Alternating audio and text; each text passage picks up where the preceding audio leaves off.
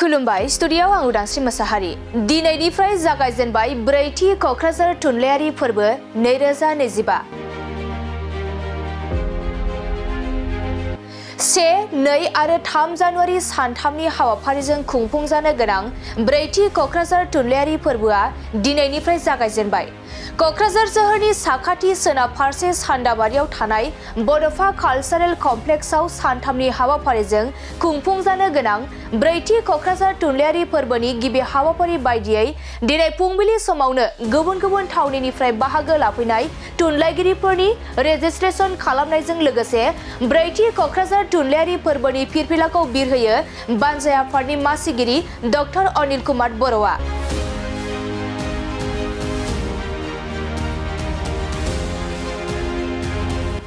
बेनि उनाव बिजाब मेला आरो हाथाइसालि बेखेवनानै होयो क'क्राझार हिनजावसा फरायसालिमानि गोरायुं डक्टर आदाराम बसुमतारिया आरो थुनलाइयारि फोरबोनि गुबै हाबाफारिखौ बिटिआरनि गाहाय मावफुं सोद्रोमा प्रमद बर'आ बेखेवनानै होयो।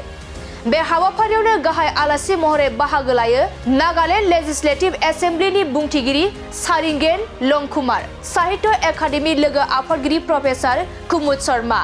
गागि खौरांगिरि मृणाल तालुकदार, मन्त्रि उरखावगोरा ब्रह्म, बिटिसिनि प्रिन्सिपाल सेक्रेटारि आकाशदीप, बर' थुनलाइ आफादनि आफादगिरि डक्टर चुरन नार्जारि, दुलाराय बर' फरायसा आफादनि आफादगिरि दिपेन बर'जों लोगोसे गुबुन गुबुन सानसुमै थुनलाइगिरिफोरा हाबाफारियाव बाहागो लायो। नमस्कार, আজি क'क्राझाৰৰ চতুৰ্থ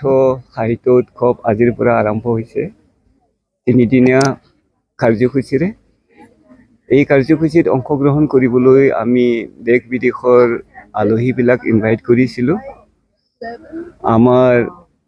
এই চতুৰ্থ কোকৰাঝাৰ লিড ফেষ্টিভেলত ইতিমধ্যে আপোনালোকে জ্ঞাত যে এই উৎসৱটো সাফল্যমণ্ডিত কৰিবলৈ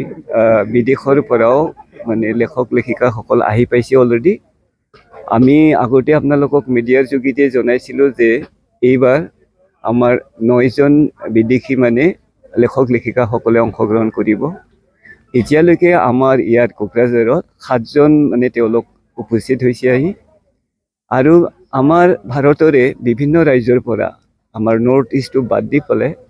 অলৰেডি 67জন আলহী আমাৰ তেওঁলোক আহি পাইছে আৰু আমাৰ যি নেকি বড়োলেণ্ড বা আসামৰ পৰা মিনিমাম 110জন মানুহে অংশগ্ৰহণ কৰিম বুলি তেওঁলোকে অলৰেডি সন্মতি প্ৰদান কৰিছে আৰু ইয়াৰে বেছিভাগ লোক অলৰেডি আমাৰ ইয়াত আহি পাইছে। গতিকে আজি প্ৰথম দিন হিচাপত আমাৰ যিটো পতাকা উত্তোলনৰ কাৰ্যসূচী আছিল সেই কাৰ্যসূচী আমাৰ অৰ্গেনাইজিং কমিটি বা আয়োজক কমিটিৰ সভাপতি ডাঙৰীয়া ডক্টৰ অনিল বড়ো ডাঙৰীয়াই অলৰেডি পতাকা উত্তোলন কৰিছে। মাৰ্টায়াৰসকলক আমি সন্মান যাচি অলৰেডি শ্ৰদ্ধাঞ্জলি জ্ঞাপন কৰিছোঁ আৰু ইয়াৰ লগত সংগতি ৰাখি পেলাই উৎসৱৰ লগত সংগতি ৰাখি পেলাই আমি যিটো বুক ফেয়াৰ বা আমাৰ গ্ৰন্থমেলা সেই গ্ৰন্থমেলাও ইতিমধ্যে আমাৰ উদ্বোধন হৈছে আৰু এইটো উদ্বোধন হোৱাৰ পিছত আমাৰ ইনাগুৰেল ছেশ্যন যিটো আমাৰ পৰ্বৰ বা উৎসৱৰ মূল কাৰ্যসূচী এইটো আমি অফিচিয়েলি ইনাগুৰেট কৰিম। সেই ইনাগুৰেশ্যন প্ৰগ্ৰাম আমাৰ 11:50 পৰা আৰম্ভ হ'ব আৰু ইতিমধ্যে ইয়াৰ প্ৰস্তুতিও আমাৰ সম্পূৰ্ণ হৈছে। গতিকে আশা ৰাখিম আমাৰ যিসকল ব্যক্তি সাহিত্য প্ৰেমী হয়, শান্তিপ্ৰিয় হয়, আমাৰ অসমৰ চব ৰাইজক বা আমাৰ বড়োলেণ্ড অঞ্চল চব ৰাইজক অহা 3 দিনত মানে সম্পূৰ্ণভাৱে অংশগ্ৰহণ কৰি পেলাই আমাৰ উৎসৱৰ যি মহান উদ্দেশ্য শান্তি প্ৰগতিৰ মানে যিটো পৰিৱেশ গঢ়া এই অঞ্চলৰ বড়োলেণ্ড অঞ্চলৰ আৰু আমি যে শান্তিপ্ৰিয় লগ হওঁ এই অঞ্চলৰ সেই শান্তিৰ বাৰ্তাটো যাতে আমি প্ৰেৰণ কৰিব পাৰোঁ সেইটো মই মানে আহ্বান জনাইছোঁ। আৰু আপোনালোকে জানেই যে মূল বিষয় যিটো আমি থিম বুলি কওঁ সেই থিমটোৱে হৈছে শান্তিৰ বাৰ্তাৰ সৈতে মানুহ সংস্কৃতি আৰু সাহিত্যৰ মানে সেতুবন্ধন যিটো আমি bridging people culture and literature with a message of peace এই ধৰণৰ আমি বিষয়টো ৰাখিছোঁ। আমি আশা ৰাখিম এই 3 দিনত বিভিন্ন দেশৰ পৰা অহা বিভিন্ন ৰাজ্যৰ পৰা অহা আমাৰ লেখক লেখিকাসকল লগতে আমাৰ লোকেল বা স্থানীয় যিখিনি লেখক লেখিকাসকল তেওঁলোকৰ মাজত যিবোৰ মানে ছেশ্যন হ'ব যিবোৰ আলোচনা হ'ব যিবোৰ মানে কবিতা পঢ়া গল্প পঢ়াৰ সেশন আৰম্ভ হ'ব সেই সেশনত আমাৰ মন অনুভৱ এইবিলাক এক্সচেঞ্জ হ'ব বিনিময় হ'ব আৰু তাৰ যোগেদি আমাৰ অঞ্চলৰ সাহিত্য আমাৰ অঞ্চলৰ ভাষা সাহিত্য কিমান উন্নতি হৈছে উইন মানে ৰাজ্যৰ উইন দেশৰ ভাষা সাহিত্য কিমান উন্নতি হৈছে এইবিলাক মত বিনিময় হোৱাৰ যোগেদি সঁচাকৈ আমাৰ মানে স্থানীয় যিমানখিনি মানে উদীয়মান লেখক লেখিকাসকল আছে আমাৰ বিভিন্ন ভাষা মানে জনগোষ্ঠীৰ সাহিত্য মানে লেখক লেখিকাসকল আছে তেওঁলোকে উদগনি পাব লগতে তেওঁলোকৰ লগত মত বিনিময় কৰাৰ পিছত যিখিনি জ্ঞান অৰ্জন কৰিছে সাহিত্যৰ বিষয়ে যিখিনি জ্ঞাত হৈছে সেইখিনি আমাৰ লোকেল ভাষা সাহিত্যত আমি এইটো প্ৰয়োগ কৰাৰ মানে সুযোগ সুবিধা পাম আৰু লগতে শান্তিৰ যিটো মূল বাৰ্তা আমাৰ প্ৰেৰণৰ উদ্দেশ্য আছিলে সেই উদ্দেশ্যও আমি ইয়াত সফল হ'ম এনেকুৱা আমি ভাবিছোঁ যিহেতু বিভিন্ন জাতি জনগোষ্ঠীৰ মানুহ ইয়াত মানে অংশগ্ৰহণ কৰিব অহা মানে 3 দিনত সঁচাকৈ ই এটা মানে এনে এটা উৎসৱ হ'ব সব জাতি জনগোষ্ঠীৰ এটা মিলনৰ উৎসৱ হ'ব বুলি আমি ভাবোঁ সাহিত্যৰতো হ'বই সাহিত্যৰ বাদেও বিভিন্ন জাতি জনগোষ্ঠীৰ মত বিনিময় ভাৱ সেই বিনিময় হোৱাৰ যোগেদি আমাৰ যিটো নেকি শান্তিৰ বাৰ্তা প্ৰেৰণৰ মূল উদ্দেশ্য এইবাৰৰ সাহিত্যৰ যোগেদি সংস্কৃতিৰ যোগেদি সেইটো মানে ইয়াত প্ৰকৃত অৰ্থত মানে মানে কি সম্ভৱ হ'ব এই ধৰণৰ মানে আমি আশা ৰাখিছোঁ আহক শ্ৰদ্ধেয় ৰাইজ আপোনালোক সকলোৱে এই মানে উৎসৱত অংশগ্ৰহণ কৰক আৰু আমাৰ উৎসৱটো সাফল্যমণ্ডিত কৰক ধন্যবাদ गोजोनथाव बाथ्रा बे बिटिआर सोरखारा देग्लायबो बे थुनलाइयारि फोरबोखौ खुंनो थाखाय लाहार फाहार खालामदों आरो जों खुंफुं आफादनिफ्राय जोंबो मिजिंथियो थांनाय बोसोरफोरनि बादिनो देग्लायबो सानथामनि हाबाफारिजों खुंनो लानाय बे थुनलाइयारि फोरबोआ जाफुंसारगोन जे थांखिजों जों बे थुनलाइयारि फोरबोखौ खुंबोगासिनो दं बे थुनलाइयारि फोरबोनि गेजेरजों जाहाथे जों बै ओनसोलखौ बड'लेण्ड हालामखौ जाहाथे बायजोआव जों मोनसे गोजोननि हालाम महरै राव थुनलाइ हारिमुआव मोनसे जौगाफु जौगानो हानाय अलरेडि जौगाबाय गोबां बे मोनसे जौगाफु राव थुनलाइ हारिमु गोनां मोनसे हारि महरै जों जाहाथे दिन्थिनो हायो बायजोआव मानोना बे थुनलाइयारि फोरबोआव बायजोनिफ्राय गोबां लिरगिरि थुनलाइगिरि खन्थाइगिरि बिथांमोनाबो फैदों थांनाय बोसोरथामावबो फैदोंमोन आरो देग्लायबो फैदों आरो भारतनि बायजोनि गं 7 गं 8 हादोरनिफ्रायबो थुनलाइगिरि खन्थाइगिरि बिथांमोना फैदों आरो बिथांमोना बेनिफ्राय थांफिननानै गावसिनि हादोराव थांनानै बिथांमोनहा जोंनि सोमोन्दै क'क्राझारनि सोमोन्दै बे ओनसोलनि राव हारिमुनि सोमोन्दै बे ओनसोलनि मानसिनि सोमोन्दै बेयाव माबोरै मोनसे गोजोन थासारि फैफिनदों गोबां बोसोरनि उनाव बेखौ बिथांमोना गावसिनि लिरनायनि गेजेरजों गावसिनि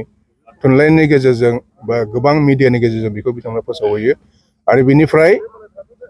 बायजोआव जोंनि बड'लेण्ड हालामनि मोनसे मोजां मोनसे सावगारि मोजां मोनसे पिक्चार बायजोआव जों बेरखांनाय नुनो मोनो बेनिफ्राय जों हमदांनो हायो जे जोंनि जि थांखिजों जों खुंफुंगासिनो दङ थुनलाइयारि फोरबोखौ देग्लाय 4थि खेब बे थुनलाइयारि फोरबोनि थांखिया जाफुंसारदों आरो इयुनावबो जों बिदि खुंफुंलांबाय थानो हायोब्ला जों बायजोआव मोनसे मोजां सिनायथि जों होनो हागोन जोंनि राव थुनलाइनि बायजोआव राव थुनलाइ हारिमुनि मोजां सिनायथिखौ जों बायजोआव लांनो हागोन जोंहाथ' सानथामबो माने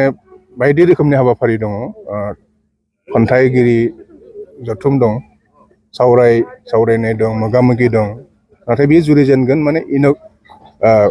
बेखेवनाय हाबाफारिजों इन'ग्रेल सेसननिफ्राय बेयो जुरिजेनगोन इन'ग्रेल सेसन जानायनि उनावनो मोननै जायगायाव पेरेलेल सेसनफोर जागोन आरो बेयाव खन्थाइगिरि दं जोंहा बर'नि जायफोर साहित्य एकाडेमि मोननाय बिथांमोनजोंबो मोगा-मोगि दङबा बिथांमोननिफ्राय जों खोनासंगोन बिथांमोननि रोंगौथिनि सोमोन्दै आरो आइजोफोरखौ लानानै दङ आरो बायजोनि लिरगिरिफोरजों मोगा-मोगि दङ बिथांमोननि थुनलाइ सोरजिनो सोमोन्दै सावरायनाय दं आरो बिदि गोबां हाबाफारि दङ जोंहा लाइमोन लिरगिरिफोरखौ लानानै हाबाफारि दं बेनिफ्राय जोंहा मोनसे थांनाय बोसोरनैसोआव जों लाबोदों माने पएट्रि बाय द फायार साइड बिलिफां समाव जों बेयाव माने एसे इनफर्मेल रोखोमनि जायोब्लाबो मोजां हाबाफारि जायो खन्थाइ फरायनाय रोजाबनाय बायजोनिफ्रायबो बाहागो लायो नाथाय जों जायगानि खन्थाइगिरिफ्रा बेयाव बांसिन बाहागो लायो थेवब्लाबो बायजोनिफ्राबो बेयाव बाहागो लायो आरो बिनि गेजेरजों जायफोरनि जोंनि एखेबारे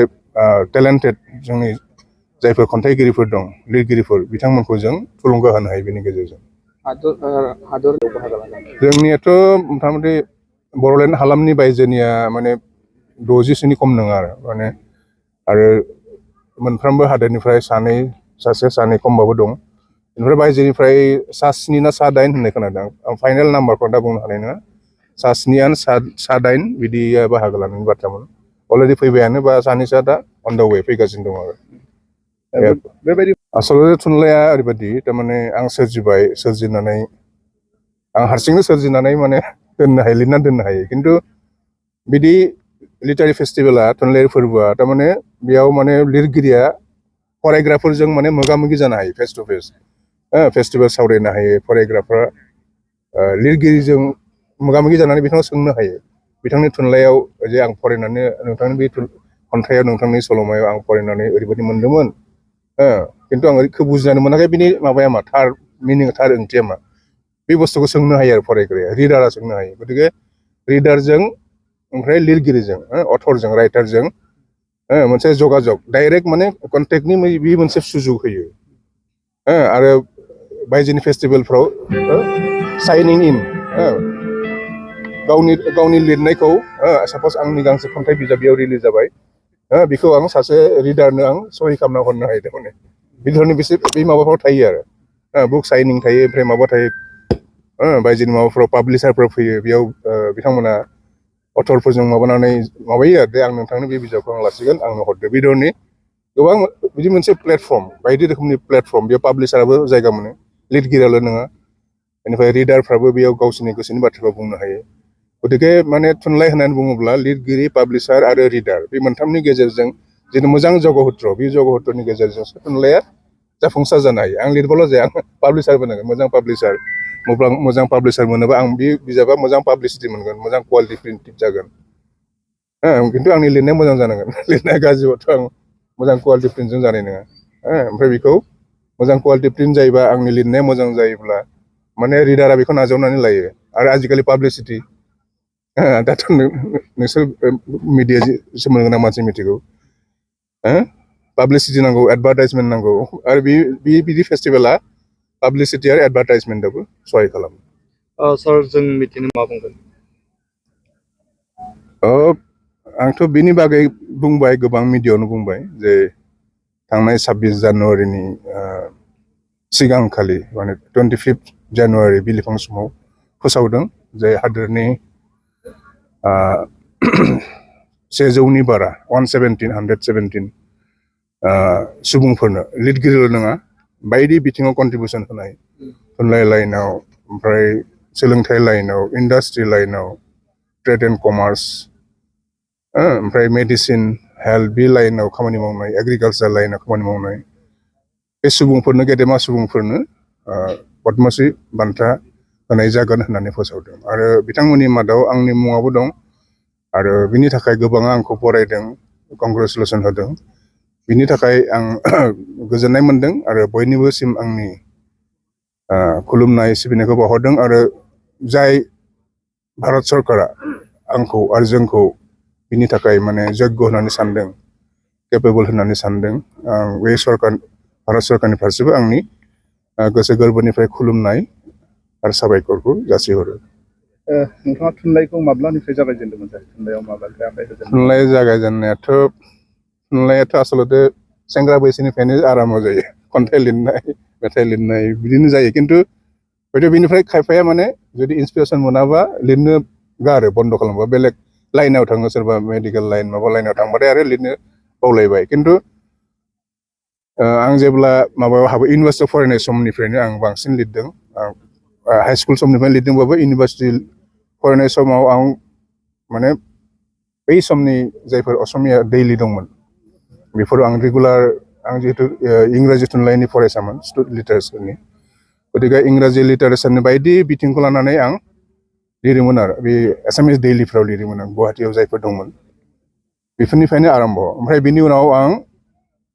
1990 सोनिफ्राय दा बिनि उनाव आं थुनलाइ आफादजों लासैनो आं माबा जाबोयो क्लोज जाबोयो थुनलाइ आफादनि खामानि बायदि रोखोम थुनलाइनि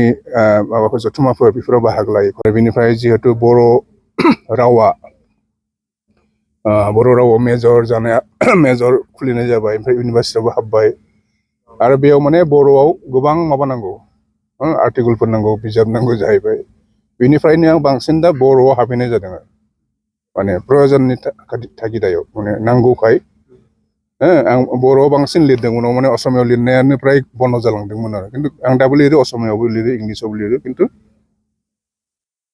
बर'आवनो बांसिन लिरो आरो बिदिनो माने थुनलाइनि जार्निया बिदिनो जाबोदों दाबो सोलिगासिनो दं दाबो बन्द जायाखै दासिमाव बिजाब महरै सुंद' सल' खन्थाइ बा सल' रायथाइ आंथ' बिजाब महरै गांबेसे आंथ' खन्थाइ बिजाबा दङ गांबानि बारा थारमाने ट्रान्सलेसनखौ हमोबा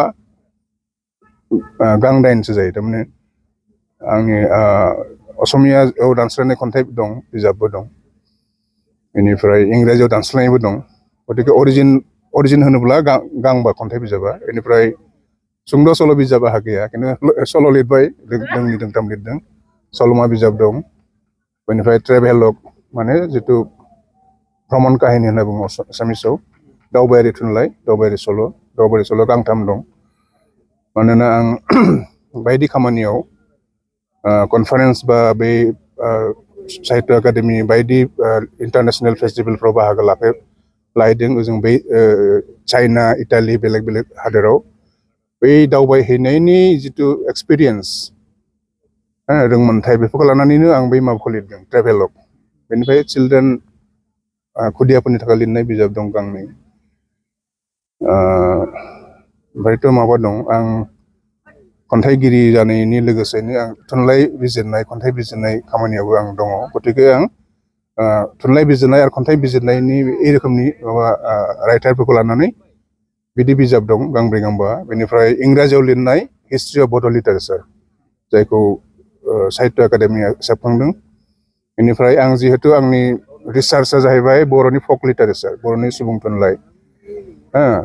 आरो बेखौ बिजाब महरै दिहुननाय जादों फक लिटारेचार अफ दि बर' इंलिसाव लिरनाय बेबो फक लिटारेचार बिजाबाबो इंराजियाव आरो हिस्ट्रि अफ बर' लिटारेचाराबो इंलिसाव नाथाय बियो आं असमियाव लिरजेनदोंमोन आधुनिक बर' साहित्य होननानै आरो बेखौ उनाव उथ्रिसार बसुमतारिया दानस्लायदों गोदान बर' थुनलाइ आरो गोदान बर' थुनलाइया बर' फरायसाफोरनि थाखाय माबा आरो कलेजफ्राव माबाफ्राव नांगौ फरायो आरो बिनि अनगायैबो बायदि रोखोमनि माबादों गांनैसो हयथ' गोसोआव गोलैयाखै 30नि बारा बिजाब दं आरो दा आं सेबखांनाय महरै आरो गोबां सेबखांनो गोनां दं आरो साहित्य एकाडेमिनि जानानै आं गोबां माने राव सोलायदों आरो सुजुनानै दिहुनदों